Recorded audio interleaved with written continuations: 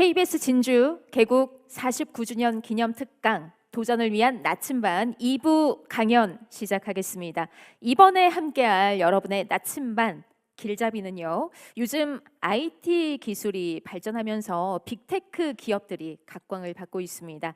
이 시대의 청년들은 플랫폼 시대에 맞는 핵심 역량을 갖추고 있어야 하고요. 또 현재 자신이 올바른 방향으로 가고 있는지 점검도 필요한데요.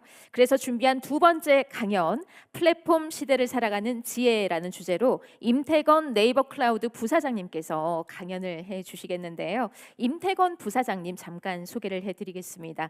광운대학교 제어계측공학과를 졸업한 후에 한국전력공사 사업개발 자바 엔지니어와 또 한국 IBM 유닉스 시스템 엔지니어, 한국 HP 제조사업 컨설턴트로서 이 다양한 산업 현장에서 풍부한 실무 경험을 쌓아 오셨습니다. 이후에 네이버에서 전략 및 서비스를 담당하는 중추적인 역할을 맡기도 하셨고요. 또 현재는 네이버 클라우드 사업 부문장으로 탁월한 리더십으로 조직의 혁신과 성장을 이끌고 계신 분이기도 합니다. 강연을 통해서요, 급변하는 이 플랫폼 환경 속에서 업계의 흐름과 그리고 미래 다 함께 조망을 해보면 좋을 것 같고요. 취업에 대한 궁금증도 풀어보는 시간 갖겠습니다. 임태건 네이버 클라우드 부사장님, 여러분 힘찬 박수로 환영해 주시면 감사하겠습니다.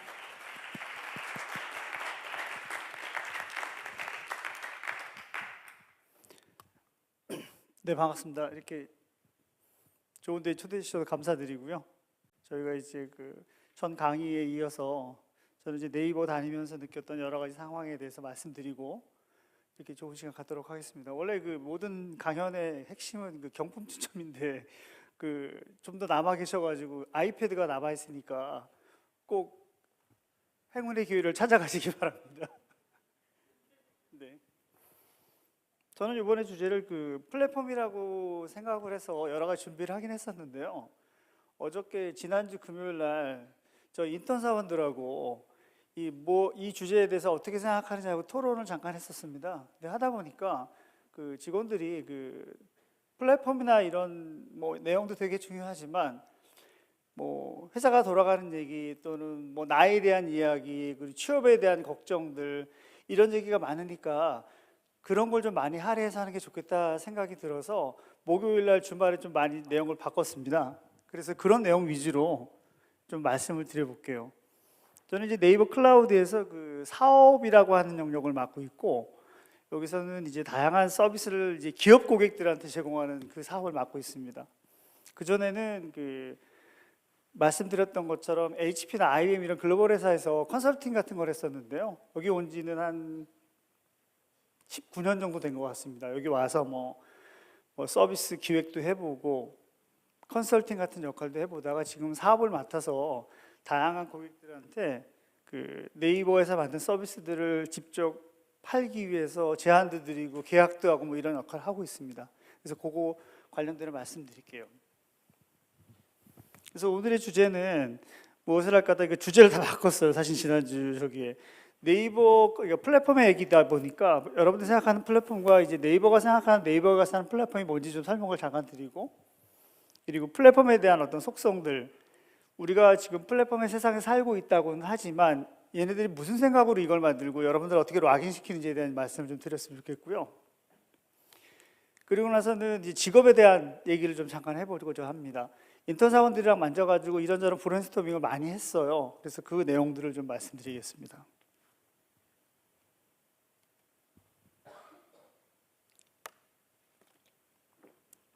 여러분들이 맨날 접하신 네이버라고 하는 회사는 이러한 서비스들을 되게 많이 하고 있어요. 잠시만요. 네이버라는 회사가 국내 1, 2위 포탈인데요. 전 세계에서 포탈 업체 중에 구글을 쓰지 않은 나라가 딱 3군데밖에 없습니다. 우리나라하고 중국의 바이두하고 러시아의 얀덱스 이 3군데입니다. 아시겠지만 중국과 러시아 같은 경우에는 국가에서 제공하는 다양한 혜택을 해서 사용하게 된 우리가 있고요. 그 외에 이제 포털 업체로서 구글 대비 우리의 글로 검색을 만들고 다양한 서비스를 만드는 거는 네이버가 거의 유일합니다. 그 안에 있는 내용들을 보면은 뭐 쇼핑이나 서치나 또는 최근 보는 핀테크 관련된 영역들, 그리고 클라우드라고 하는 플랫폼 만들어서 지금 하고 있습니다. 그리고 다양한 콘텐츠 제공하고 있고요. 어떻게 보면 네이버라는 회사는 여러분들이 알고 계시는 종합병원 같은 회사라고 보시면 돼요.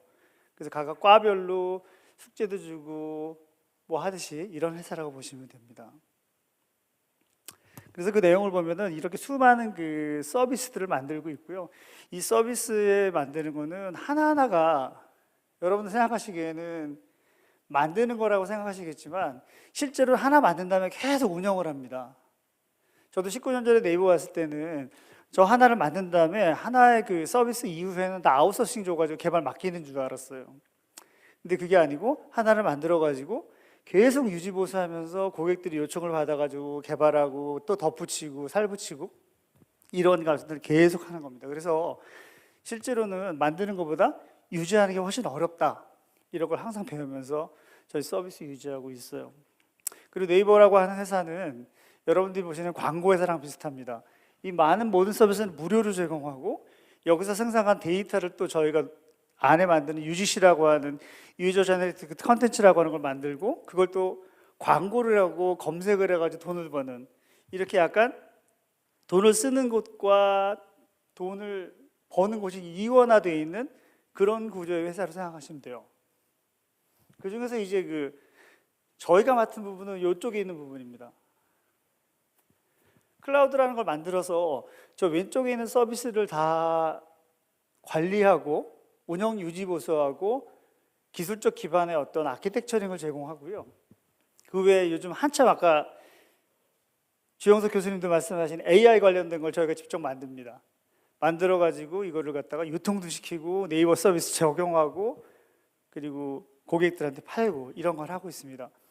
아까 주 교수님께서 말씀하셨듯이 데이터의 중요성이 되게 중요하기 때문에 저는 주로 어떤 거 하는 사람이냐면은 이 AI를 큰 고객의 안에서 쓰게 하는 걸 별도로 하고 있어요. 예를 들면 삼성전자 반도체 사업부에다가 이거를 납품을 하고요. 얼마 전에는 그 한국수자원공사라고 하는 원자력 발전 설계하는 데가 있습니다. 거기에도 납품을 하고요. 지난주에는 한국은행에도 이걸 납품을 했어요. 그게 무슨 얘기냐면 바깥에 있는 데다 놓고 쓸 수는 없거든요. 이거를 안에다 넣어드리는 작업을 하고 있습니다.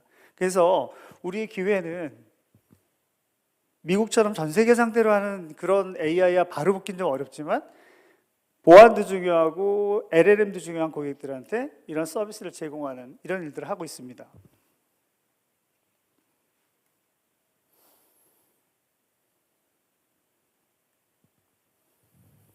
이런 서비스를 유지보수하고 운영하는 게 얼마나 어려운 플랫폼이냐면요, 네이버가 만들어낸 숫자들이 보통 이렇습니다. 월에 4천만 명 이상 들어오고요. 지도 같은 경우 2,500만 명이 쓰고, 그리고 밴드 같은 경우는 미국 사용자만 600만이 넘었어요.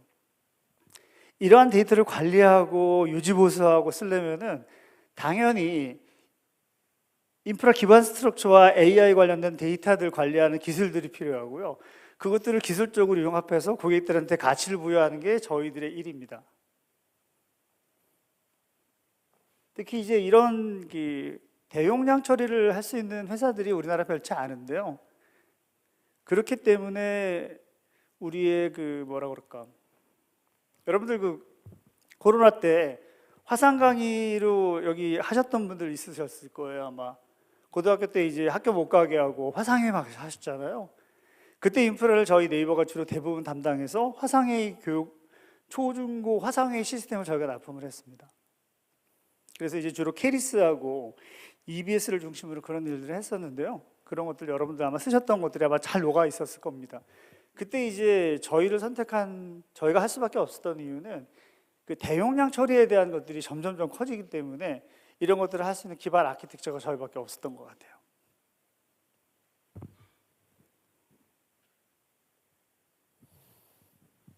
그래서 이런 것들을 왜 했느냐?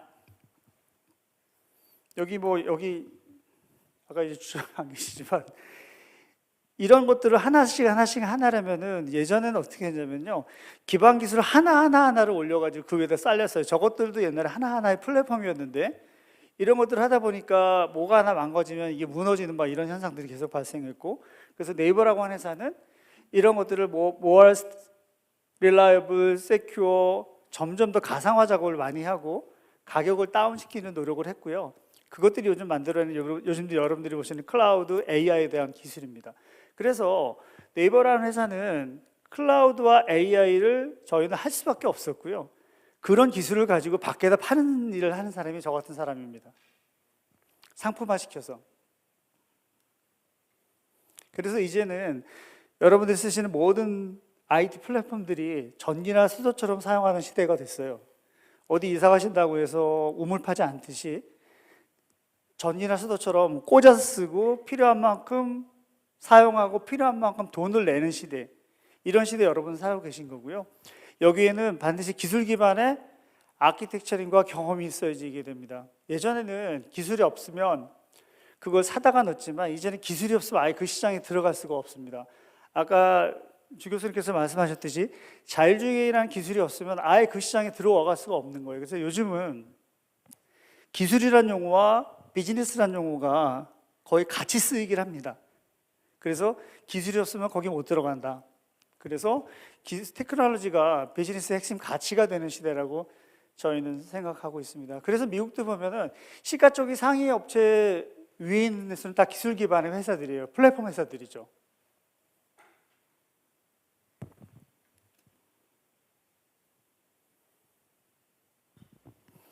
그래서 저희는 이런 기술 기반의 아키텍처뿐만 아니라 좀 전에 강의에도 말씀드렸듯이 데이터 센터가 되게 중요합니다. 아까 GPU 잠깐 말씀하셨잖아요. GPU가 전기를 얼마나 많이 쓰냐면요. 보통 저 안에는 렉이라고 하는 이만한 캐비넷 같은 데다가 서버를 하나씩 넣습니다. 보통 거기 10대에서 15대 정도 서버가 들어가는데요. GPU가 하나 딱 들어가면 걔밖에 못 넣습니다. 전기를 하도 많이 먹어가지고. 그래서 점점 더 IDC가 점점 더 많이 필요하고요. 예전에는 이 정도로 예측했다가 이게 갑자기 커진 게 모바일이라고 하는 게 나오면서 계속 커넥션을 유지해야 되는 게 모바일이거든요. 그러니까 모바일이 나오면서 훨씬 더 많은 양의 데이터 센터가 필요하고, 최근 들어는 AI라는 녀석이 많이 들어오기 때문에 훨씬 많은 데이터, 훨씬 많은 전력이 필요하기 때문에 IDC가 점점 더 중요한 시대가 됐습니다. 그래서 네이버는 춘천에 좀 이쁘게 생긴 저 건물이 IDC 건물이고요. 세계에서도 제일 이쁜 IDC도 저게 지금 통하고요. 여기는 세종에 있는 IDC입니다. 여기는 이제 요 크기가 63빌딩 2개 엎어놓은 크기예요. 저거가 2동이 있고요. 또 한 동 만드는데 저게 한 3년 있으면 또 꽉 찬답니다. 그래서 아까 말씀하신 것처럼 이제는 전기 문제가 되게 큰 심각한 문제가 됐고요. 이거를 전기를 줄이기 위한 기술이 훨씬 더 중요할 거라고 생각하고 있습니다. 그래서 아까 제조 말씀하신 게 저도 되게 와닿는 게, 우리의 나갈 방향이 GPU를 더 만들어가지고 하는 것보다는 우리가 잘할 수 있는 걸 잘해가지고 경쟁력을 갖추는 게 훨씬 더 좋다는 생각을 하고 있어서 저도 아까 저기 앉아있으면서 막 적고 그랬습니다. 아무튼 네이버는 이런 커다란 데이터 관련된 사업도 하는 회사라고 이해하시면 될 것 같아요. 실제로 저희가 글로벌 지사들이 되게 많은데요. 그분들은 여기 한 번씩 오셔가지고 투어도 하고 그렇습니다. 투어 프로그램도 있습니다. 여기 가실 때 질문하시는 분 있으면 제가 모아서 이 투어 제가 시켜드리겠습니다. 진짜로. 예, 투어도 시켜드리고, 저희 사업분에 인턴 프로그램이 있으면 거기도 제가 초대드릴게요. 꼭 질문들 하세요. 진짜입니다. 예. 그리고 AI 얘기를 안 할 수가 없는데요. 플랫폼이다 보니까 아까 말씀드린 것처럼 AI라고 하면은 챗GPT 같은 뒤에 있는 오픈AI가 만든 큰 모델이 하나 있어야 되고요. 그 모델은 이제 우리가 흔히 말하는 AI 많이 하는 사람들이 표현했습니다만 냉면으로 따지면 육수 같은 거라고 그래가지고 큰 모델이 하나 있어야 돼요. 큰 모델이 있으면 거기가 말을 어떻게 하고 대답을 어떻게 하는 알고리즘이 들어있는 걸 백번 모델이라고 하고요. 그리고 데이터가 많아야 됩니다. 데이터를 넣어줘야지 걔가 그걸 학습시켜가지고 지가 말하거나 똑똑해지거나 하거든요. 근데 이제 네이버가 데이터를 가장 많이 갖고 있는 회사이기 때문에 우리가 이걸 잘할 수 있다, 이렇게 좀 말을 하고 있습니다. 그 또 하나는 이걸 튜닝이라고 그래서 각 분야별로 의료나 제조나 법률 이런 식으로 약간 분야별로 그에 맞는 데이터를 넣고 학습을 시키고 막 이래야 됩니다. 실제로 저희가 얼마 전에는 대법원 사이트 가면 판례가 쭉 다운로드 받을 수 있게 돼 있어요. 하나 봤는데 아마 500원일 겁니다.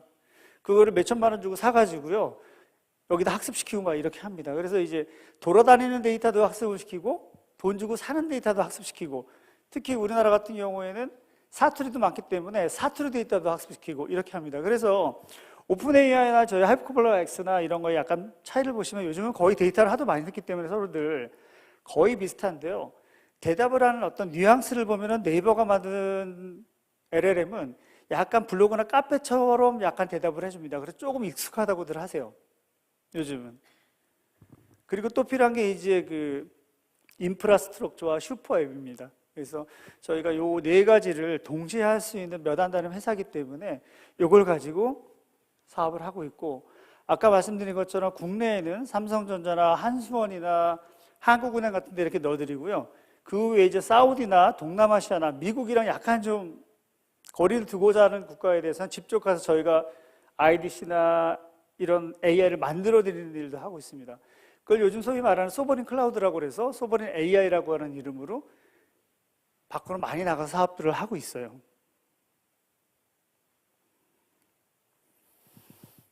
그리고 글로벌로 본다면 네이버가 이제 한국 내수용이라고 보시지만 전 세계 10개 정도의 IDC 팝을 저희가 가지고 있고요.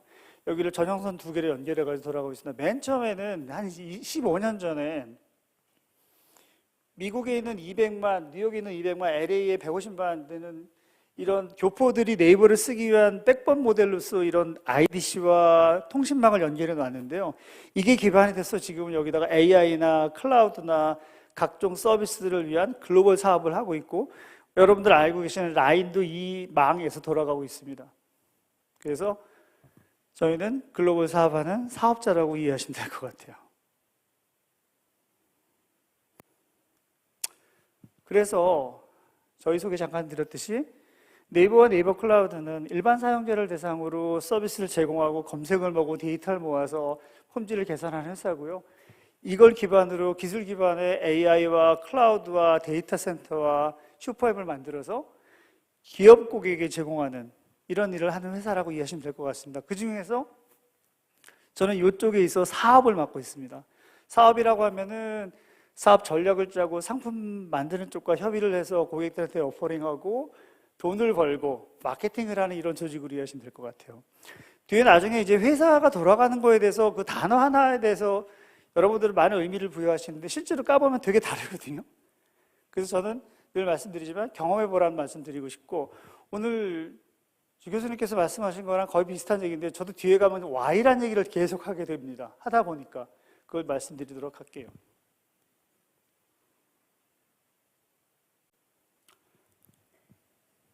플랫폼에 대한 얘기와 생각을 좀 말씀드려 보겠습니다. 원래는 여기 있는 장표를 좀 많이 준비했었는데요. 실제적으로 좀 많이 뺐습니다. 왜냐하면 플랫폼 얘기보다는 그냥 직장과 취업과 네가 살아온 얘기를 많이 하라고 그래가지고 많이 뺐는데요. 플랫폼 얘기를 왜 말씀드리냐면은 여러분들이 생각하시는 그 생활도 대단한 플랫폼이라고 생각을 하고, 제가 요즘 생각하는 거는 회사가 돌아가는 하나도 플랫폼이라는 생각을 하고 있고, 우리가 생각하는 경영자의 뇌도 플랫폼이라는 생각이 들어요. 플랫폼이 뭐냐면은 여러분 아시겠지만 생산하는 사람과 소비하는 사람을 거기다 모아놓고 잘 놀게 하고 거기서 수수료를 받고 유통하게 하는 이 하나의 그 모양을 플랫폼이라는 용어를 많이 씁니다. 그래서 거기 내에서 뭔가를 하라, 이런 게 바로 플랫폼이죠. 그래서 뭐 조직으로 본다면은 어떻게 보실지 모르지만 모든 게 저는 플랫폼이라는 생각을 가지고 움직일 수 있다고 보면 될 것 같아요. 클라우드라고 하는 플랫폼을 팔기 위해서 우리가 노력하는 여러 가지 중에 하나는 우리가 유지하는 조직도 플랫폼처럼 돼야 되는 생각을 많이 하고 있어요. 예를 들면 직원들한테 보통 우리가 타겟이라는 걸 주는데 1년에 얼마 벌어라, 1년에 얼마 벌어라 이렇게 줍니다. 근데 플랫폼 같은 경우에 제가 보기에는 그건 좀 편협된 생각이고, 좀 더 넓게 보면 2년에 얼마 벌 것이냐, 3년에 얼마 벌 것이냐가 계속 얘기하다 보면은 자연적으로 사람들이 생각하는 게 기브 앤 테이크보다는 기부한 다음에 테이크하게 되는 이런 식의 생각의 전환이 일어나게 되는 걸 저는 발견했고요. 그래서 고객들한테 플랫폼을 제공하고 여러분들이 플랫폼을 쓰기 위해서는 플랫폼 같은 생각과 마인드와 그걸 이해해야 된다는 생각을 많이 하게 됐습니다.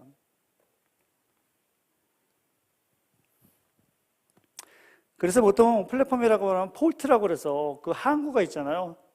배가 왔다 갔다 하는 그 폴트가 바로 그 폴트라는 이름을 쓰고요. 그래서 이제 포털이라는 게 나왔습니다.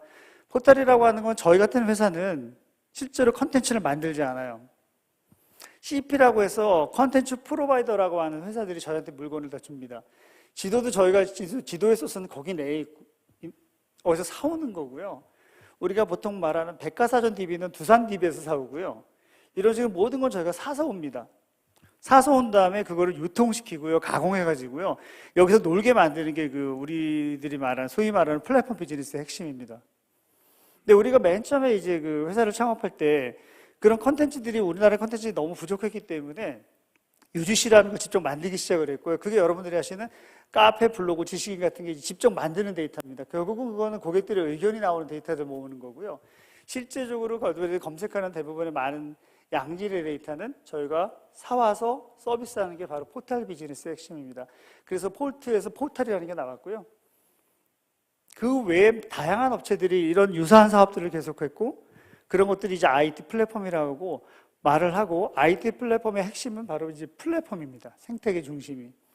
그래서 여러분들 잘 아시는 아이폰이나 스마트폰들이 다 이제 그런 하드웨어를 중심으로 한 하드웨어 내에서 유통이 되는 생태계를 만든 거고요. 구글이나 네이버, 카카오, 배민 이런 회사들이 여러분들이 아시는 소위 말하는 플랫폼 회사들입니다. 이 플랫폼 회사들은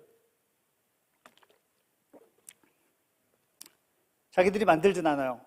그렇지만 생산자와 소비자가 거기서 놀게 만들고 가치를 만들고 거기서 생태계를 만들고 거기서 놀게 하는 경우가 있습니다.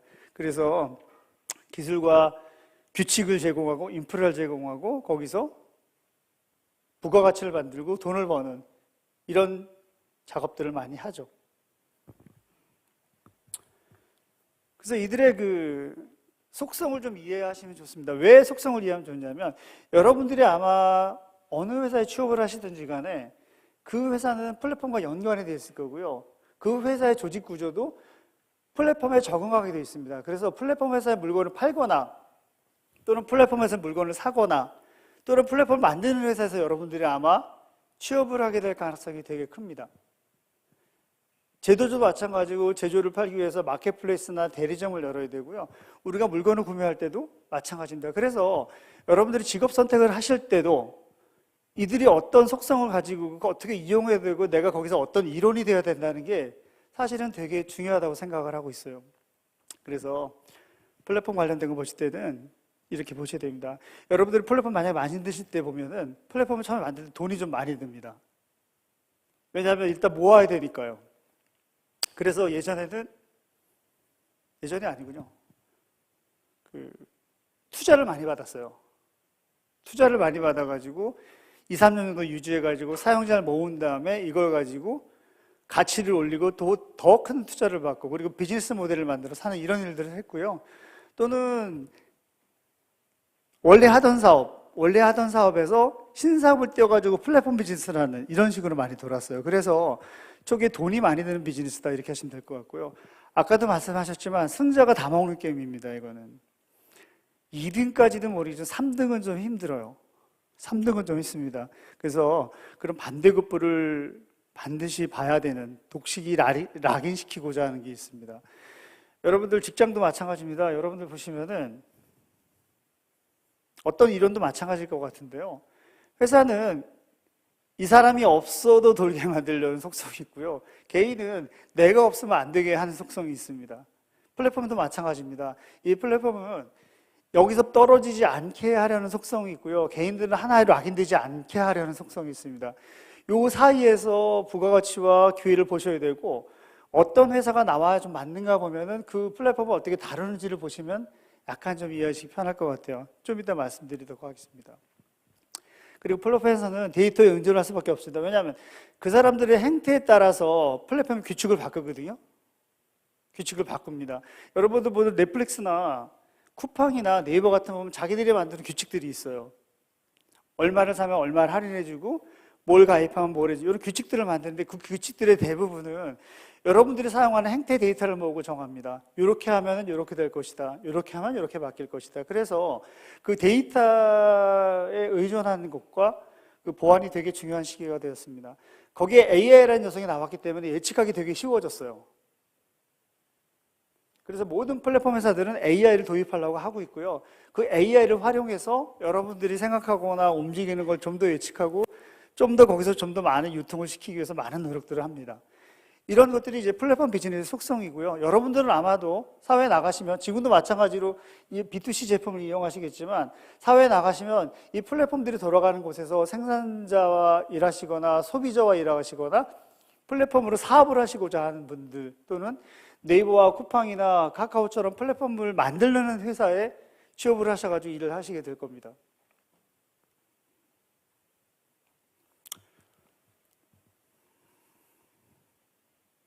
그래서 아까 말씀드린 것처럼 그들이 규칙을 잘 이해해야 됩니다. 쿠팡 같은 경우 보시죠. 쿠팡은 자기들이 다 하려고 그럽니다.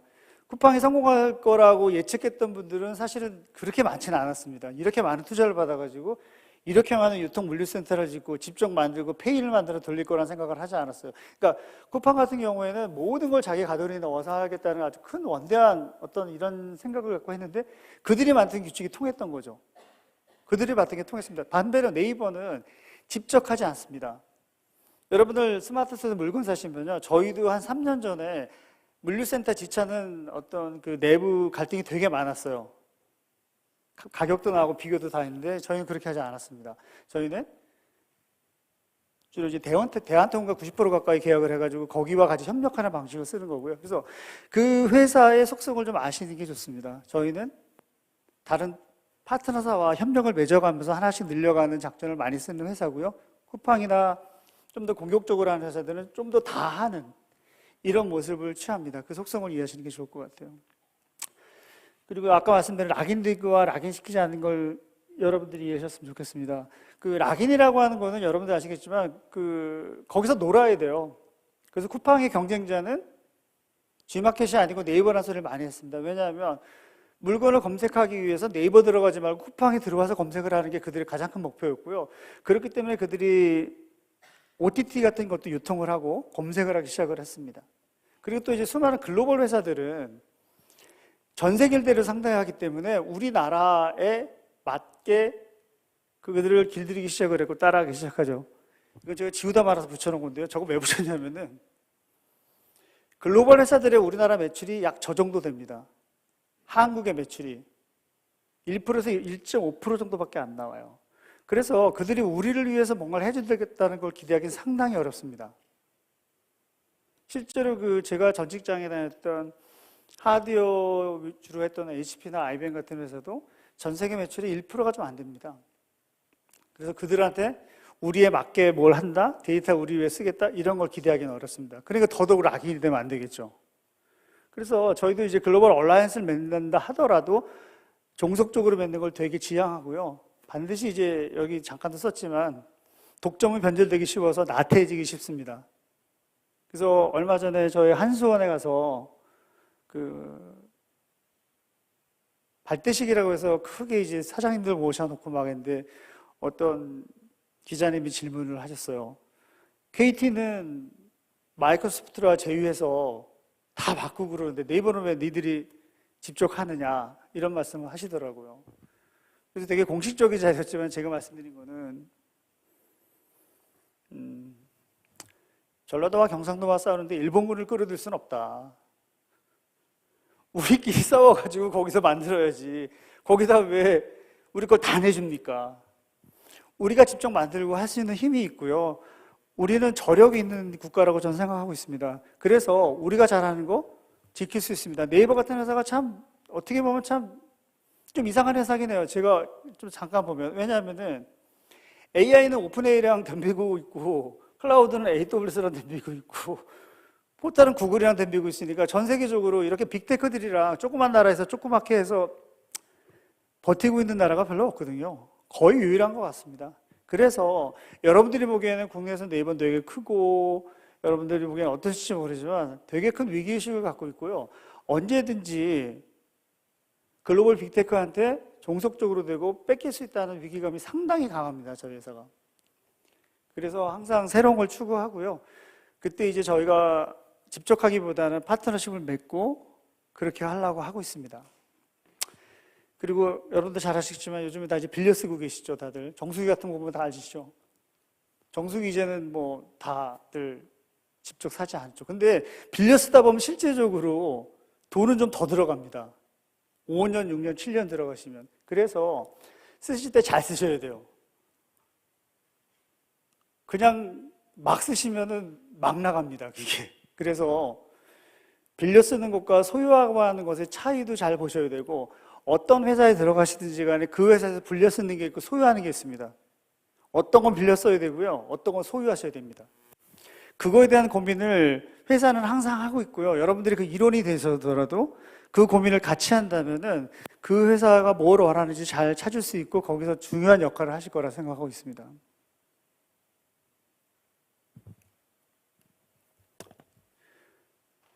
요 그림은 아까 계속 말씀드렸던 겁니다. 회사는 보면은 생산하고 판매하고 인사, 파이낸스 다 들어있고 오거나이징하고 리딩하고 컨트롤하게 되어 있습니다. 이 자체가 저는 하나의 플랫폼이라 생각하고 있고요. 어떤 조직에 들어가시든지 이 구조 내에서 여러분들은 생활하십니다. 그럼 이 구조를 이해하시려면은 경영진이 내는 포털이랑 똑같습니다. 수많은 이슈사항이 들어오고 수많은 의사결정을 합니다. 제가 보기에는 경영진이 내는 플랫폼이랑 똑같은 것 같습니다. 그래서 그 플랫폼을 상대할 때 어떻게 하는지 규칙과 우리 경영진의 규칙이 어떻고 무엇을 추구하고 있는지 어떻게 돈을 벌려고 하는지를 여러분들이 이해하신다면은 회사 생활하시고 거기서 리더가 되시는데 큰 도움이 됩니다. 진심입니다. 그러면 직업적 요소에 대해서 좀 말씀드려 보겠습니다. 우리 인턴들하고 이틀 동안 만든 건데요. 여러분들이 이제 고등학교, 중학교, 뭐 대학교 이렇게 보시지만 저희가 보기에는 여러분들이 지금 우리가 살아가고 있는 것은 대부분 보면 트랙 경기라는 생각이 듭니다. 여러분들 달리기 하시면서 마시면 트랙은 자기 트랙만 뛰어야 돼요. 내 앞에 누가 있으면 뛰어넘을 수가 없어요. 뒤에 누가 달려면 불안합니다. 그리고 옆 사람이 다 누군지 보이기 때문에 좀 더 먼저 뛰려고 합니다. 그 여러분들이 좀 더 먼저 뛰려고 하는 게 아마 스펙일 거예요. 이렇게 먼저 가니까 보이니까. 그리고 부모님도 되게 불안해 하시죠. 맨날 옆에랑 비교되니까. 옆에 뛸 수가 없어요, 트랙 경기는. 그래서 여러분들 마치 고등학교 때 저도 이제 우리 애가 이제 대학 가고 졸업하고 막 이러다 보니까 약간 자동 세차장에 막 이렇게 길들여서 가는 느낌이 많이 들고 자기가 트랙을 따는데 불안한 거죠. 외로운 것 같습니다. 그래서 외롭기 때문에 항상 보면은 부모님들이 항상 그 외롭게 혼자 사는 법을 알리기 위해서 전문 직종을 선호하죠. 그럼 외롭게 생활해도 되거든요, 약간. 개인 병원이나 변호사나 개인으로 한다면은. 옆에 사람과 경쟁하기보다는 자기 고유한 특징을 찾아서 할 수 있는 전문 직종을 많이 선호하셨던 것 같아요. 그래서 앞사람, 뒷사람 이렇게 되고 있습니다. 그리고 또 하나 보면은 트랙 경기는 아까도 말씀하셨지만 자기를 도와줄 수 있는 사람들이 별로 없어요. 특히 그런 것 같습니다. 근데 어떻습니까, 여러분들? 시험 볼 때는 여러분들을 평가하는 거는 암기력과 논리력입니다. 암기력과 논리력. 그 암기력과 논리력으로 가지고 성적이 나오고요. 그 성적에 의해서 아무것도 모르는 사람과 블라인드 형태로 평가하게 돼 있고 그 평가에 의해서 여러분들은 그 트랙을 달리는 그런 삶을 여지껏 살 거고 앞으로 그런 걸 기대하실 거예요. 근데 어느 순간 보면은 트랙이 없어지고 운동장 한가운데 있는 이런 모습에 자신을 발견하고 어디로 뛰어야 될지 모르는 이런 생각이 항상 옵니다. 트랙이 갑자기 없어졌을 때 그 약간 불안함 같은 것들 이런 것도 많죠. 왜냐하면 그동안은 우리가 나를 평가했던 거는 암기력이다 이거를 생각하면 좀 억울하지 않으세요? 근데 우리가 실제로 조직 생활이나 회사 생활하면서 느꼈던 여러분들은 평가를 뭘로 할 것 같으세요? 암기력을 하지 않습니다. 소통 능력, 공감 능력, 협업하는 마음들, 이런 거를 평가를 하게 돼 있어요. 그 사람에 대해서. 아, 이 사람은 소통을 잘하는구나. 옆에 사람이 이래서 일을 잘하는구나. 이렇게 됩니다. 그럼 어떻게 됩니까? 이걸 빨리 보여줘야 되잖아요. 근데 보여줄 방법이 없어요. 소통 능력을 어떻게 우리가 평가를 합니까? 새내기들한테. 그래서 여러분들한테 항상 말씀드리는 거는, 앞장에서 잠깐 나왔지만, 운동장 가운데 있지만 빨리 뛰어보라는 거예요. 빨리 뛰어서 나는 소통을 되게 잘하는 사람, 나는 이해 능력이 뛰어나고 공감 능력이 뛰어난 사람을 빨리 다른 사람들한테 알려주고 그 경험을 가지고 다른 데 가서 자랑하시고 나는 이런 사람입니다. 단거리 선수로서는 어떨지 모르지만 내가 진짜 잘하는 거는 이런 겁니다라는 걸 계속 알려주셔야 돼요. 그래서 두려워하실 필요가 전혀 없어요.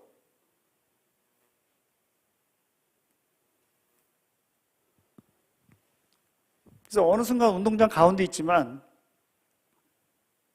여러분 다 뛰어도 됩니다.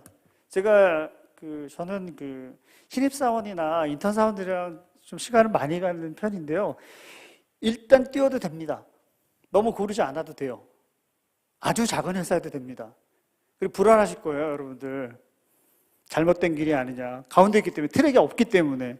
그러나 여러분들 뛰시다 보면은 갔다가 다시 와도 돼요. 시간 충분해요. 우리가 여지껏 배웠던 건 다 속았던 겁니다. 여러분들 고등학교 때 대학 선택할 때 어떻게 하십니까? 특히 과 선택하실 때. 그 과가 여러분들이 예상했던 과랑 거의 같은 일을 한다고 생각하시는 분 별로 없으실 거예요. 공문학과, 컴퓨터공학과, 산업공학과, 디자인학과, 여러분들이 생각하는 그 하나의 단어 가지고 속았던 거지 실제로는 그렇지가 않아요. 직장생활도 마찬가지입니다, 여러분.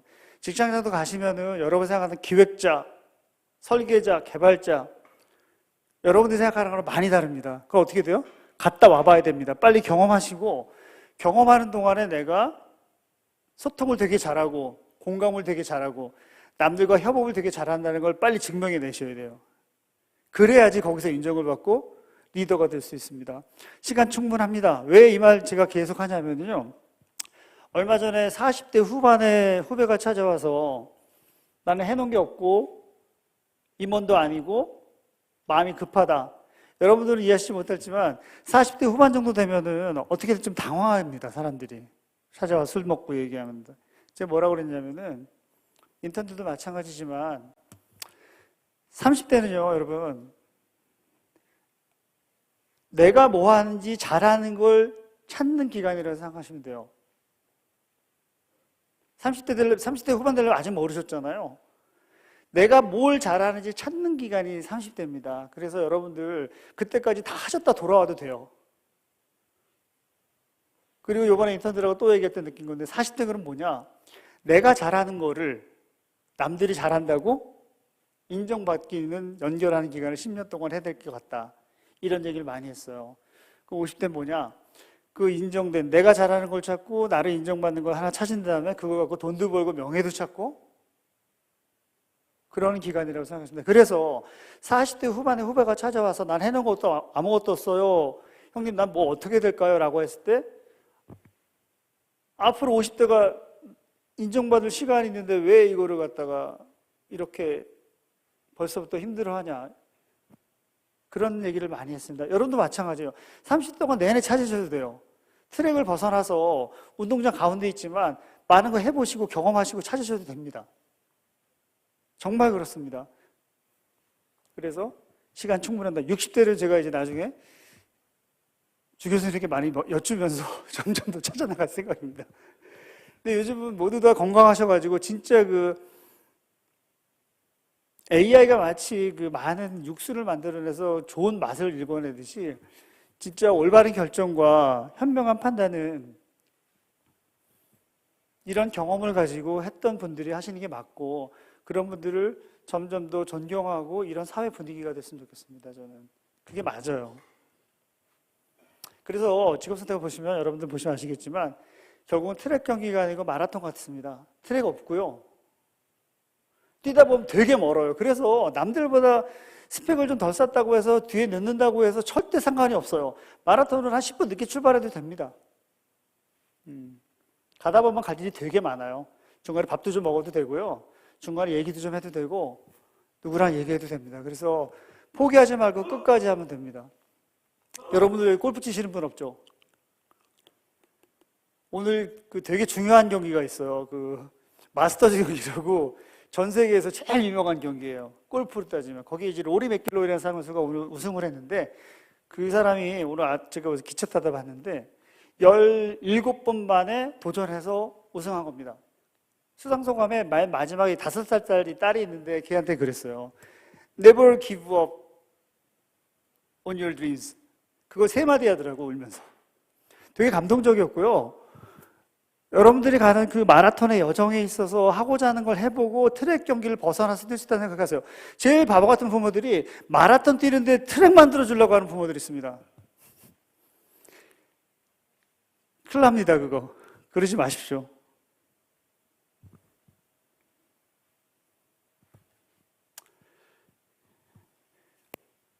저 역시도 예전에 이제 제조 쪽에서 한 10년 정도 공부했던 사람이기 때문에 밸류체인이란 말을 되게 좋아하고요. 아까 제조 말씀하셨지만 네이버에서 그래서 개발, 기획 이런 걸 갖다가 저희는 단어를 뭐라고 쓰면 생산이라는 단어를 씁니다. 뭘 만든다는 거는 딱딱한 걸 만들 수 있고 말랑말랑한 걸 만들 수 있고 되게 많습니다. 이 그림 뭔지 이해하시겠어요?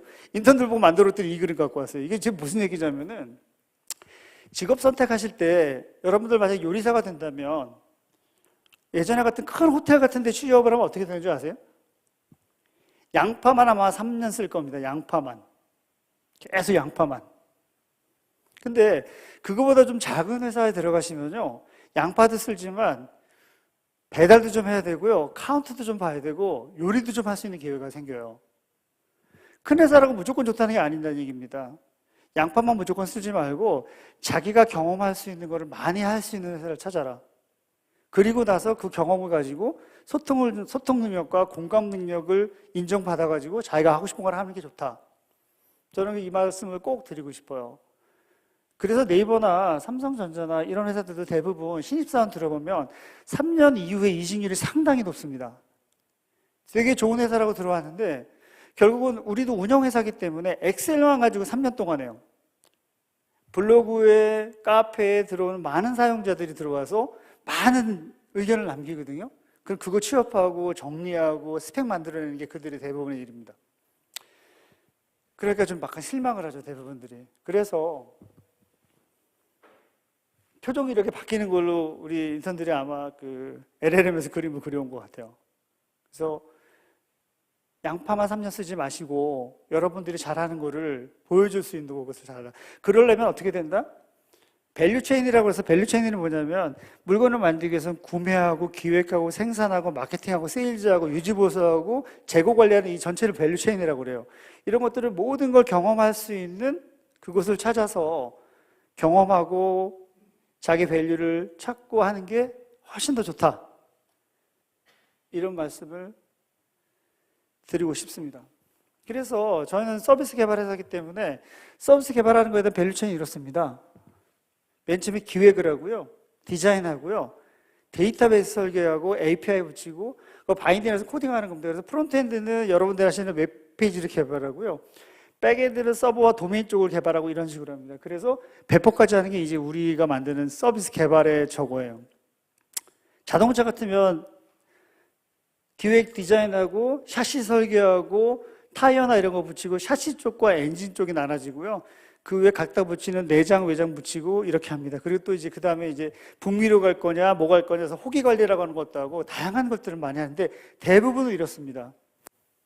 음식도 마찬가지일 것 같아요. 그래서 이런 게 회사에서 돌아가는데 네이버 들어가면 좋을 것 같아 라고 가지고 현대자동차 들어가면 좋대 하지만 여기서 하는 일 다 다릅니다, 여러분들. 그리고 그냥 들어가시면 여기서 계속 양파를 까실 가능성이 되게 커요. 어느 아무 데 들어가서. 여기도 양파 까는 데 한 5년 걸리고요. 다 양파 까는 게 5년 걸립니다. 그럼 여러분들 보십시오. 그럼 기획이라고 하는 그 작은 칸을 보시면은 기획도 다 같은 기획일까? 그렇지 않습니다, 여러분. 기획도 보면 사업계획이라고 해서 전략을 짜는 데가 있어요. 시장 분석하고 모델 분석하고 돈을 어떻게 벌자는 계획이 있고요. 그 다음에 이걸 왜 만드냐고자 하는 상위 계획서라고 전략을 짜는 게 있습니다. 데이터 분석하고. 그 다음에 뭐가 있냐면은 상세 기획이라고 그래서 디자인하고 설계하고 UI 붙이고 이런 것도 기획이라는 용어를 써요. 그리고 마케팅 및 운영 계획이라고 해서 마케팅에서 얼마나 많이 팔 거냐, 봄에 내보낼 거냐, 여름에 내보낼 거냐, 뭐 이런 얘기 막 합니다. 기획도 이렇게 많아요. 이런 거 하나하나 경험하시려면 어떻게 되겠습니까? 전체 밸류체인을 같이 경험할 수 있는 회사와 아까 조교수님 좋은 말씀 주셨는데 저거를 말할 수 있는 Y라고 이거를 왜 하는지를 설명해 줄 수 있는 사람이 있는 데를 찾으셔야 돼요. 무작정 여러분들한테 이거에 저거에 하는 회사는 별로 도움이 안 됩니다. 그런 회사 안 가셔도 돼요. 별로 좋은 회사 아닙니다. 그런 회사들은.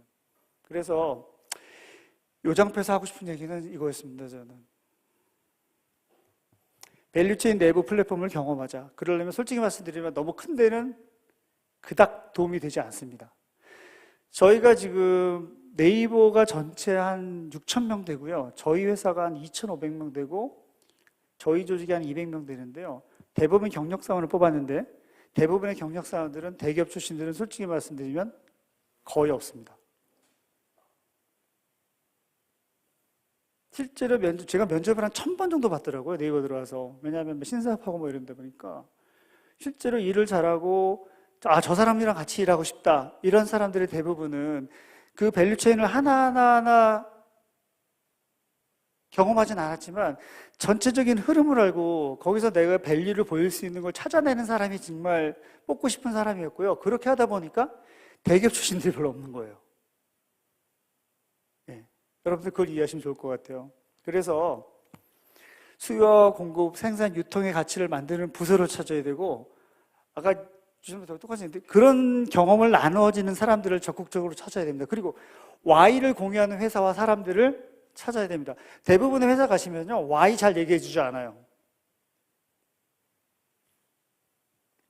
Y를 얘기해 줘야지 우리가 창조적이 되고 옆에 사람과 뭐라고 자가 발전을 하고 새로운 걸 만드는데 그렇지 않고 Y를 얘기해 주지 않으면 How만 묻다 이제 끝납니다. 그러면 별로 좋은 회사 아니라고 생각해요. 그래서 제가 여러분들이 좋은 회사라고 하면은 다 겪어보게 막 굴리는 회사. 여러분들 처음에 가시면은 굴린다고 투덜하실지 모르지만 굴려야 됩니다. 그래야지 밸류체인 경험할 수 있고요. 그 경험을 나누어질 수 있는 조직인 회사 그런 데 가시는 게 좋습니다.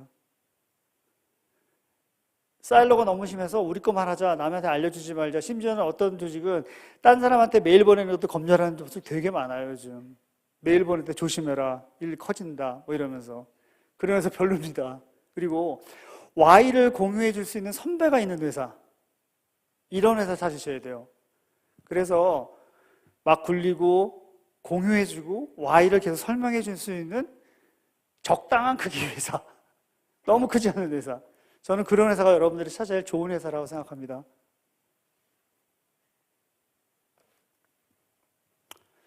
이건 세 번째는 저희가 이제 생각했던 건데 저희도 전문성과 협력이라는 얘기를 많이 합니다. 요 그림 또 무슨 얘기인지 아세요? 아까 네이버는 종합병원 같은 회사라고 말씀드렸죠. 종합병원의 특징이 되게 전문적입니다. 대신 뭐가 문제냐면 종합병원은요 협진이 안 돼요. 여러분들 아프시면 내가 아파서 배가 아파서 갔어요. 우리가 과를 정해야 되고요. 그 과를 가는 순간 딴 과 가기 너무 어렵습니다. 협진이 안 되기 때문에 몸이 아프면 안 되고요. 그래서 우리가 항상 말하는 게 중증 외상센터 만들자고 하는 게 협진이 되는 가능한 곳이거든요. 종합병원 가셔서 여러분들 협진 받으려면 돈을 되게 많이 내거나 VIP여야 됩니다.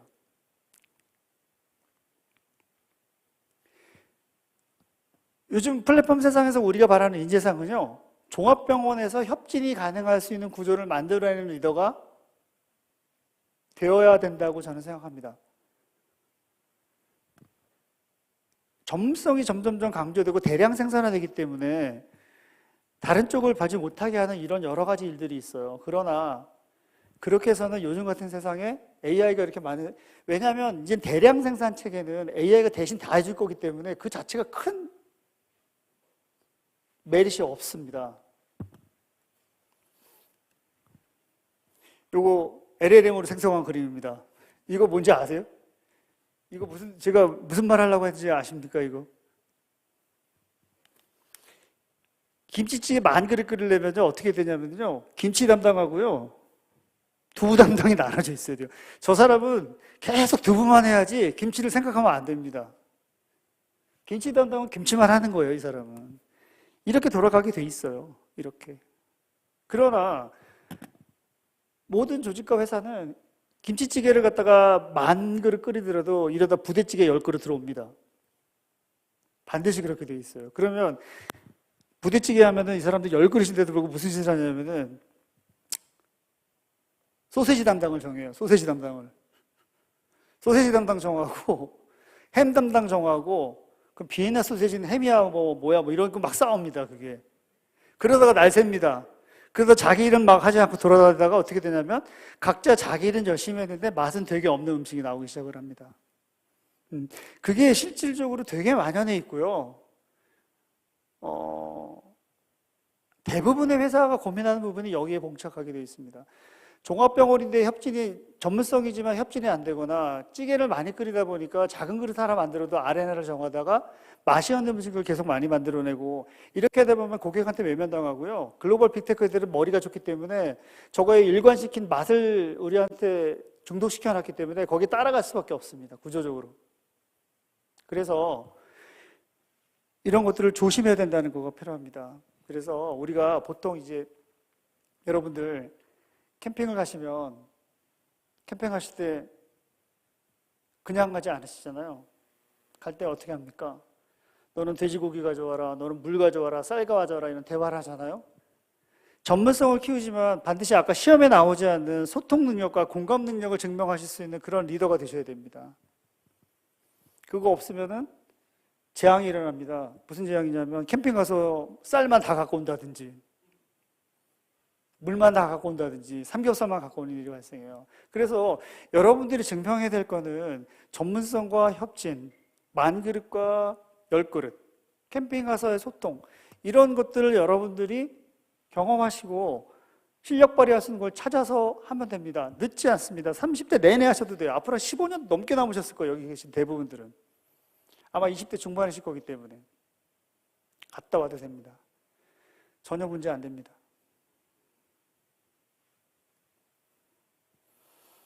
그 다음에 이제 여러분들한테 이제 플랫폼 얘기하면서 글로벌 얘기를 안 할 수가 없습니다. 이제 글로벌은 이제 필수 요소고요. 아까 마라톤도 말씀드렸지만 마라톤도 보면은 뭐 동아 마라톤도 뛰지만 보스턴 마라톤도 한번 뛰셔야 돼요. 이제는 우리가 전 세계를 상대로 하는 비즈니스를 해야지만 여러분들이 거기서 우뚝 설 수 있고 앞으로 됩니다. 제가 얼마 전에 실리콘밸리에 있는 모 사장을 만나서 인터뷰도 하고 잠깐 얘기를 했었는데요. 그 친구들은 진짜 뭐라 그러냐면은 물건 만들어가지고 이걸 유럽에 팔까 동남아시아 팔까 이런 생각합니다. 우리나라 이걸 만들어서 전라도에도 팔까 경상도에도 팔까 서울에도 팔까 얘기하잖아요. 그 친구도 그렇지 않더라고요. 유럽에도 팔까 호주에도 팔까 이 고민합니다. 우리가 생각하는 가치보다 동그라미 한 2개가 더 붙어요. 그것도 달러로. 물이 다른 거죠, 물이.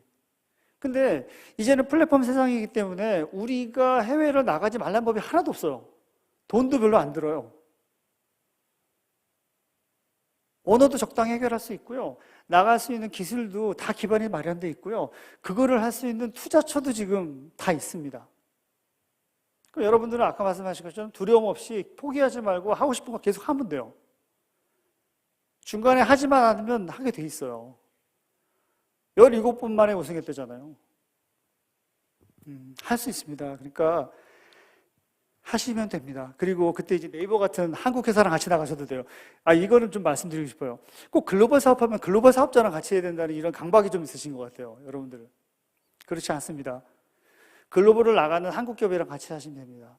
여러분들 미국 가실 때 비행기 뭐 많이 타세요? 아메리칸 에어라인 타십니까? 대한항공 타시죠? 훨씬 편하고요. 거기 가시면은 미국 가실 때 아메리칸 에어라인 타시 마시고 대한항공 타시면 됩니다. 호주 갈 때 퀀타스 안 타셔도 돼요. 글로벌이라고 해서 되게 모르는 그 모든 기반을 갖다가 글로벌 업체랑 하려고 하면 되게 힘드세요. 왜냐하면 그들은 우리나라의 1%와 0.5% 정도의 매출이 나는 회사에서 그 사람들을 위해서 그렇게 적극적으로 열심히 도와주지 않습니다. 글로벌도 한국적인 마인드를 가지고 한국 회사와 같이 나가는 글로벌을 같이 뚫고자 하는 이런 마인드를 갖고 한번 해보십시오. 할 거 되게 많습니다. 도와주려는 데 되게 많고요. 여러분들 시야만 넓히시면 돼요. 유럽을 경상도처럼, 호주를 전라도처럼 가능합니다.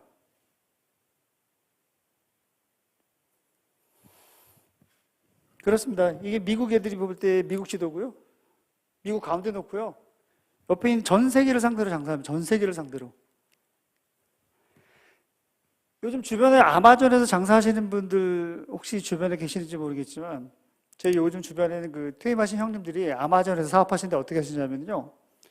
아이디어를 내가지고 그 설계는 어디다 하면 한국 회사에 설계 맡기고요. 생산은 중국에 맡깁니다.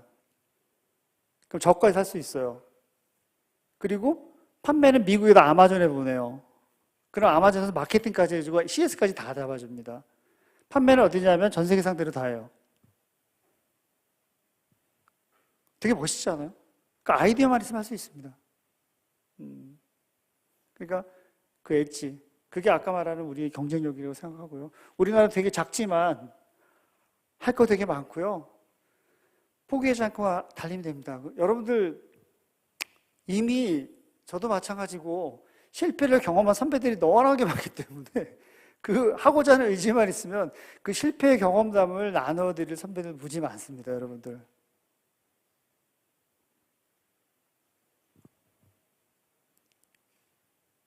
제가 드릴 말씀을 다 드렸어요.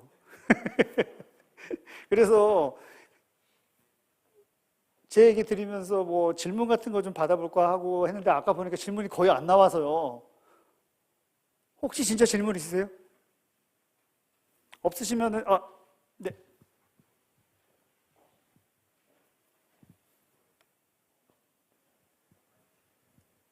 말씀하시죠. 네.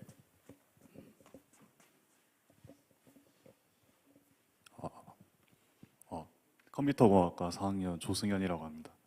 먼저 좋은 강연 진행해 주셔서 감사하다는 말씀 먼저 드리고 싶고, 강연 들으면서 이제 그 AI 모델 개발하는 것 자체에 대한 집중보다는 그 도구를 어떻게 활용할 것인가에 대한 고민을 좀 많이 해봤는데, 저도 실제로 이제 개인 프로젝트 같은 걸 진행해 보면서 그런 AI 기반 개발 도구들을 많이 쓰고 있습니다. 걔네들이 이제 처음에는 되게 코드를 잘 이렇게 생성을 잘 못 해주다가 이제 가면 갈수록 점점 고도화돼서 이제 프로젝트 단위의 이제 코드까지 잘 구현해주는 모습을 보고 저도 좀 위기감을 많이 느끼고 있는데, 앞으로 이런 AI 기술이 이제 개발자를 비롯한 생산자들에게 어떤 형태로 도입될 수 있을지, 또 이제 그 흐름에 어떻게 빨리 적용하고 또 그것을 활용할 수 있을까에 대한 고민을 여쭤보고 합니다. 네. 사실은 저도 되게 궁금한 영역이긴 합니다. AI라고 하는 녀석이 정확하게는 챗GPT가 언제 나왔냐면요. 제가 정확히 날짜까지 기억해요. 언제냐면 2년 전 11월 30일 날 챗GPT를 발표했습니다. 그때가 언제냐면은 네이버 클라우드 저희 법인에서 AI 하셨던 분들이 이쪽으로 넘어온다는 거에 대한 동의서를 받는 날이었어요. 그게 11월 30일. 그래서 이 넘어오기 싫어 막 이러다가 저희는 그때 당시에 저 사람들 다 박사급이고 뭐 돈도 많이 들 것 같은데 고민했는데 그날 마침 11월 30일 날 챗GPT가 발표하면서 갑자기 또 AI 관련된 그런 일들이 막 돌았습니다. 그 이후에는 뭐 아시겠지만 거의 무협지와 가까운 그 일들이 많이 벌어졌죠. 이렇게 큰 빅테크 기업들이 이렇게 빨리 뭘 발표하고 만들어내고 준비한 것들이 마치 준비한 것과 같은 식으로 막 흐르더라고요. 그래서 최근 들어 아까 교수님도 말씀하셨지만 생성형 AI에서 에이전트 시대로 가고 그다음 피지컬 AI로 간다, 이런 것들이 계속 변화될 것 같고, 지금 이 순간 우리가 뭘 이거다라고 하는 순간 좀 늦어버릴 것 같습니다. 그리고 에이전트라고 하는 것에 대한 이해를 각각 좀 조금씩은 달리하고 계신데, 저희가 생각하는 에이전트는 얘가 하나의 역할을 하는 거예요. 그냥 얘가 검색을 해준다든지 법률적 문제를 찾아준다. 우리가 좀 검색을 하면은 오픈 AI 챗GPT한테 물어보거나 네이버에 물어보거나 클로버에 물어보잖아요. 근데 검색이라는 에이전트에 맡기면 지가 돌아다니면서 찾아주는 겁니다. 얘가 알아서. 그 결과를 가지고 또 다른 에이전트한테 숙제를 주고 이 숙제와 결과를 다 종합해가지고 하고 실제로 행동까지 할 수 있겠죠. 그러니까 온라인상에서의 그런 행동들은 자기들이 직접 할 수 있을 것 같고요. 그게 오프라인 형태로 넘어왔을 때는 피지컬 AI가 필요할 거고 그 피지컬 AI가 로보틱스 형태로 될 거라는 걸 저는 지금 생각을 하고 있습니다. 아마 그렇게 될 것 같습니다. 지금 현재는 아직까지는 AI 가지고 예를 들어 그랬던 것 같아요. 예를 들어 보시면 여러분들 모바일 시대 때 수많은 업체들이 앱을 만들어서 앱스토어에 막 등록을 했습니다. 수많은 게임도 나왔고 그중에 보시면 아시겠지만 그중에 성공한 앱은 몇 개 안 되죠. 지금도 수많은 회사들이 스타트업들이 에이전트를 지금 만들고 연구하고 있고요. 그중에서 어느 AI 에이전트는 살아남을 거고요. 그렇지 않은 에이전트는 도태될 겁니다. 지금이 그런 되게 혼란스러운 상태인 거고요.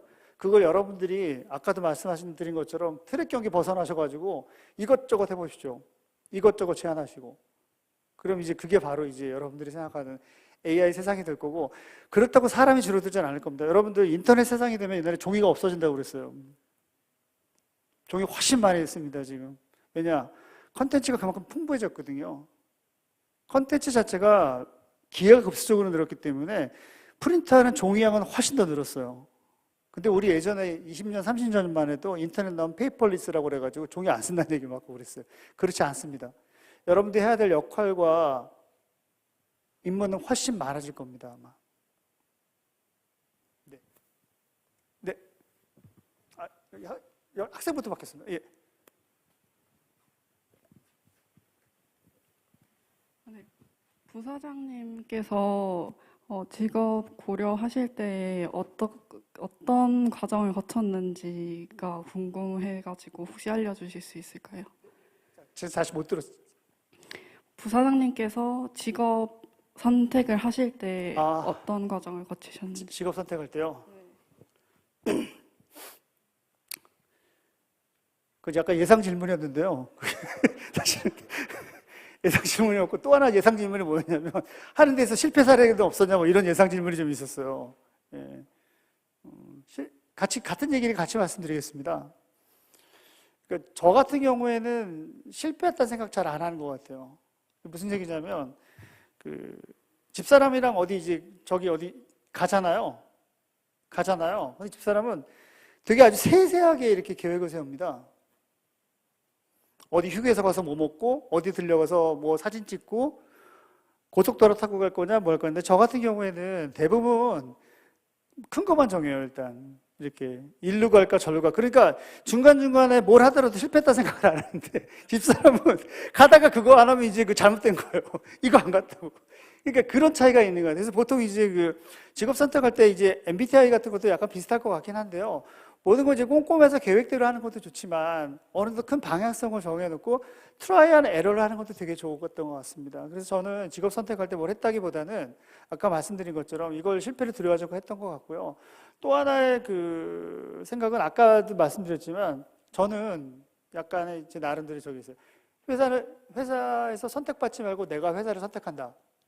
조직 내에서도 조직장이 나를 찝어주는 게 아니라 조직장을 왜냐하면은 여러분들을 칭찬해 주는 거는 자기 자신이 아니고 친구고 상사일 가능성이 되게 커요. 그러면 상사한테 선택받는 게 아니고 상사 내가 골라야 돼요. 내가 잘 맞는 사람 골라 다녀야 되고요. 나를 인정해 주는 사람 내가 찾아가서 어필하고 찾아야 됩니다. 여러분들 근데 대부분 아까 트랙에서 주로 달리셨기 때문에 주어진 규칙에 대해서 그걸 따르려고 하는 팔로워십이 되게 강하세요. 지시를 내려주면 정말 잘하시거든요. 근데 그것보다 나한테 지시를 잘 내려줄 사람을 찾는 게 저는 되게 중요하다고 생각합니다. 그래서 아까도 플랫폼에 대해서 계속 규칙을 말씀드렸듯이 플랫폼의 규칙을 이야기한다는 게 내가 상사가 나를 평가하고 또는 조직이 나를 어떻게 평가하는 그 결을 맞는 걸 고르셔야 돼요. 그 고르는데 좀 적극적이시면 되고 직업 그래도 아니면 그 회사 나와오는 게 낫습니다. 이상한 사람들 많습니다. 거기서 과감하게 나오시고 그걸 찾아가는 용기를 가지시면은 훨씬 더 도움이 될 겁니다. 예. 이게 좀 답이 됐나 모르겠네요. 네. 네. 우리 부사장님 투어의 힘이 큰 것 같습니다. 네. 저는 지역에서 공감 나침반 사회적 협동조합을 하고 있는 김종훈이라고 하는데요. 저는 예전에 네이버에 가봤기 때문에 저 뒷자리에 앉아 있는 제자한테 이제 네이버에 한번 갈 수 있는 기회를 한번 주고 싶어서 일었었습니다. 제가 질문 드리고 싶은 것은 임태근 부사장님 오늘 또 의미 있는 KBS 진주 40주년 기념 행사에 또 좋은 강연을 해주셔서 먼저 감사하다는 말씀드리겠습니다. 저도 작은 그 협동조합을 만들면서 고민했던 그런 부분이 어떤 부분이냐 하면은 또 이 네이버 클라우드하고도 좀 연결되는 그런 맥락이 있어서 질문드리겠습니다. 몇 자 적어봤는데요. 네이버 클라우드는 기술 플랫폼의 선순환 성장 사이클을 기반으로 글로벌 확장을 추진하고 있는 것으로 알고 있는데요. 이런 플랫폼 생태계 속에서 개인 사용자나 중소기업이 주체로 성장할 수 있는 구조적 전략은 어떻게 설계되어야 한다고 보시는지 부사장님의 고견을 듣고 싶습니다. 예. 이건 사실 저보다 우리 주청님이 더 잘 아시는 그 분야이긴 한데요. 이게 저희 같은 사람들은요, 그 플랫폼 사업자들은 저희 같은 플랫폼 사업자 어떤 역할이냐면 쌀 장사하는 사람입니다. 쌀 장사. 쌀 장사하는 사람들이에요. 음식이 아닙니다. 저희는. 그러니까 쌀을 잘 만들어가지고 음식점에 납품하는 역할을 하거든요. 그렇기 때문에 저희가 바라는 거는 좋은 음식점, 그게 이제 프랜차이즈도 있을 수 있고 노포집도 있고 맛집도 있고 막 이렇지 않습니까? 그런 좋은 식당에 좋은 쌀을 제공해주고 같이 성장하는 그림을 가는 게 당연한 거고요. 그래서 저희 회사 같은 경우는 제가 하는 비즈니스는 생태계라고 하는 또 소위 말하는 에코시스템을 기본적으로 하는 게 저희의 속성입니다. 그래서 저희는 이런 역할을 하는 데 있어서 우리나라에서 제일 잘할 것 같은 느낌도 있고요. 단순하게 우리가 보통 말하는 마켓플레이스를 만들어 놓고 입점시켜 놓고 신경 안 쓰는 그런 역할보다는 적극적으로 좋은 음식점을 찾아서 같이 홍보하고 마케팅하고 좋은 음식점은 또 세계로 나가기 위해서 뉴욕 가서도 팔고 LA 가서도 팔고 이런 역할을 하고 싶은 겁니다. 그래서 말씀 주시면 찾아뵙고 그거에 대해서 적극 상의하도록 하겠습니다. 네. 네. 또 있으실까요? 네, 말씀하시죠. 네. 말씀하십시오.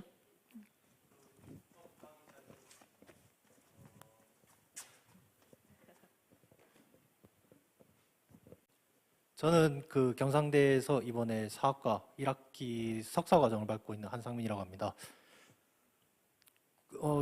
네이버 같은 경우에는 제가 2014년부터 지금까지 거의 11년 동안 제가 네이버 지식인에서 한국사랑 세계사 답변을 주로 하고 있는데 그 답변을 최근에 저도 하면서 좀 느꼈던 게 다른 이용자분들께서 AI를 거의 복붙해가지고 답변을 자주 올리더라고요.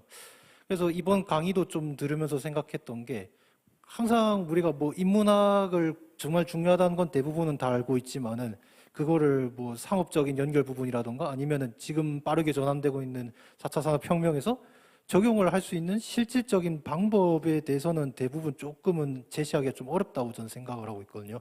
이번 강의에서도 좀 공학적인 부분과 좀 상업적인 부분이 좀 강조하셨는데 인문학에서는 어떤 부분에서 우리가 관점을 잡고 나아가야 할지 좀 궁금합니다.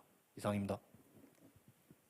네, 되게 좋은 질문을 하셨고요. 저희가 진짜 고민하고 있는 부분인 것 같습니다. 실질적으로 보시면 아시겠지만 AI를 그렇게 강조하고 막 하는데요. 정작 저희 서비스에 AI 붙은 게 많이 없습니다. 되게 부끄러운 일인데요.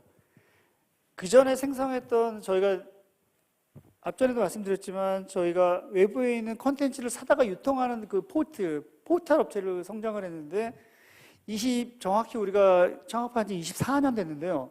그때는 인터넷에 컨텐츠들이 별로 없었어요. 그러다 보니까 지식인과 카페와 블로그를 직접 만들어가지고 거기서 유통하는 역할을 했었거든요. 그래서 이제 그걸로 인해서 저희가 가입자도 늘고 저희 나름대로의 어떤 락인 정책에 성공을 한 거죠. 근데 이제 AI가 나오면서 얘는 정말로 많은 데이터를 동시에 학습시키고 사람이 도대체 따라갈 수 없을 정도의 행동과 예측을 한단 말이죠. 반드시 말씀하신 것처럼 거기에는 인문학적 접근이 반드시 필요하다고 생각을 하고 있고요. 정책적으로도 마찬가지입니다. 죄송합니다만 제가 아직 네이버 내에서 그런 그거를 접할 수 있는 뭐 위치가 아닐지도 모르고 아니면 정말 제 생각처럼 그걸 찾아가고 있는 과정이라고 생각을 하고 있는데 그 문제에 대해서는 정말 진중하게 고민하고 있는 걸 알고 있습니다. 그래서 이번에 이제 신문에서 보셔서 아시겠지만 저희도 이제 뭐 어떤 체계도 좀 많이 바꾸고 있고요. 예전에는 여러분들 회사 구조 중에 CIC라고 혹시 아세요? 뭐냐면 컴퍼니라고 그래가지고 회사 내 본부를 갖다 대표를 이렇게 만드는 걸 CIC라고 그럽니다. 컴퍼니에서 어떤 회사는 회사 하나인데 대표가 대표가 여러 회사가 있어요. 그건 뭐냐면 독립적으로 이 비즈니스를 하라고 시키는 겁니다. 대표로 이렇게 앉혀가지고. 근데 이거의 단점이 아까 말한 것처럼 협진이 안 돼요. AI 시대에 각각 모든 서비스를 각자 돈 벌라고 해놨더니 그것만 열심히 하고 AI라고 하는 공통 주제가 나와서 저희가 작년 말인가 씨앗이 다 없앴습니다. 그래서 사장이라고 하는 대표라고 하는 직함을 다 중간에 다 없애버리고요. 조직 개편을 크게 했습니다. 그거에 대한 목적도 지금 말씀하신 것과 크게 다르지 않다고 생각을 하고 있고요.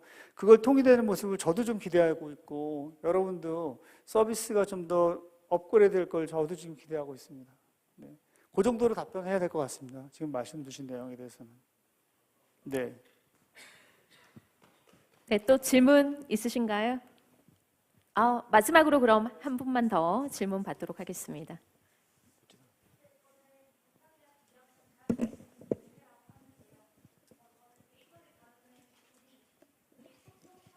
공감의 능력이 별로 소통, 공감, 협력의 능력이 그렇게 크게 중요하다고 생각했던 적이 없어서 이번 강연을 들으면서 부사장님께서 소통 그리고 협력, 공감의 능력을 강조하신 게 조금은 놀랐던 것 같아요.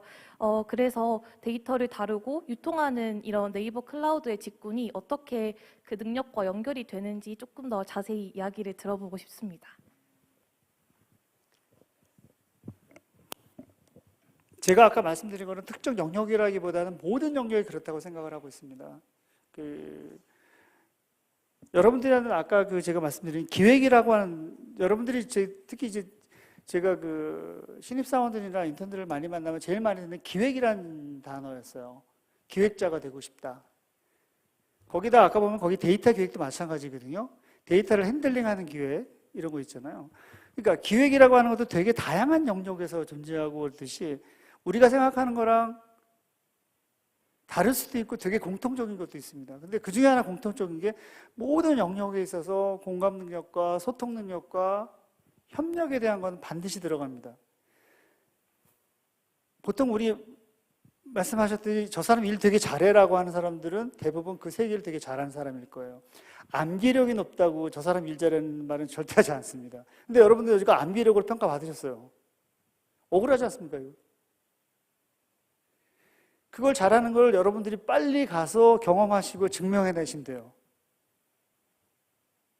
데이터도 마찬가지입니다. 데이터도 다루는 영역이 되게 다양해요. 예전에 이제 딥러닝처럼 데이터를 막 모아서 분석하는 영역이 또 하나가 있고요. LLM을 만들어서 LLM 자체를 만드는 사람들이 있고요. LLM을 가지고 커스터마이징하고 해서 튜닝을 하는 사람들이 있고요. 실제로 고객의 데이터를 묶어가지고 레그라고 하는 시스템을 만들어 하는 영역이 있고요.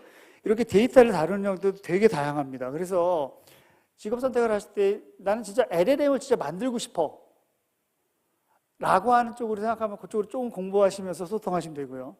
근데 LLM은 솔직히 말씀드리면 돈이 너무 많이 들어가지고 이거 저희도 작전 수정을 많이 하고 있습니다. 아까 교수님께서 말씀하신 몇천 장, 몇만 장 뭐 이렇게 필요하거든요. 그리고 또 이제 그 단위도 좀 헷갈려요. 그 GPU 한 장 있죠? 그거 한 장. 요거 한 장이 8장이 한 서버에 들어갑니다. 그게 이제 델이나 HP나 뭐 이런 서버에 들어가거든요. 그러면 8장이 이게 한 서버예요. 그 서버 하나에 뭐 몇천만 원 매덕 하거든요. 그 서버가 몇천 개 있어야 되고 실제로 몇만 장이 있어야지 이게 돌아가는 거라서 그런 LLM을 만드는 영역이 또 하나 있고요.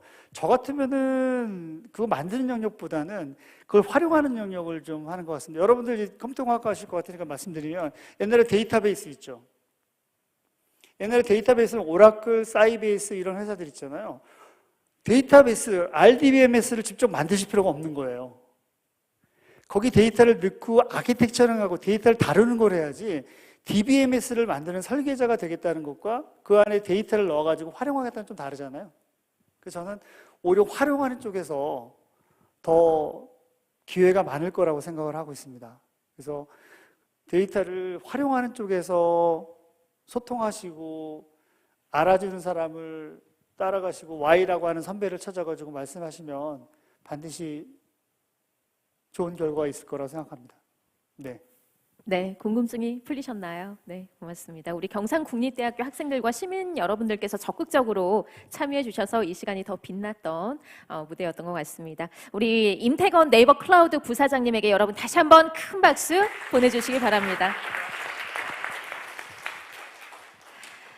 KBS 진주 개국 49주년 기념 특강 도전을 위한 나침반, 여러분 어떻게 유익한 시간 되셨습니까? 고맙습니다. 여러분 도전에 있어서 좋은 방향을 제시하는 기회의 자리가 됐길 바라면서 월트 디즈니는 이런 말을 했습니다. 꿈꿀 수 있다면 늘 실현도 가능하다라는 이야기를 했는데요. 좌절하거나 여러분 포기하지 마시고 늘 꿈을 꾸시면서 목표를 향해서 전진해 나가시길 응원을 하겠습니다. KBS 진주방송국은요, 앞으로도 변함없이 여러분께 유익한 방송, 신뢰를 주는 방송으로 여러분과 늘 함께 하겠습니다. 앞으로 큰 관심과 응원, 격려 부탁드립니다.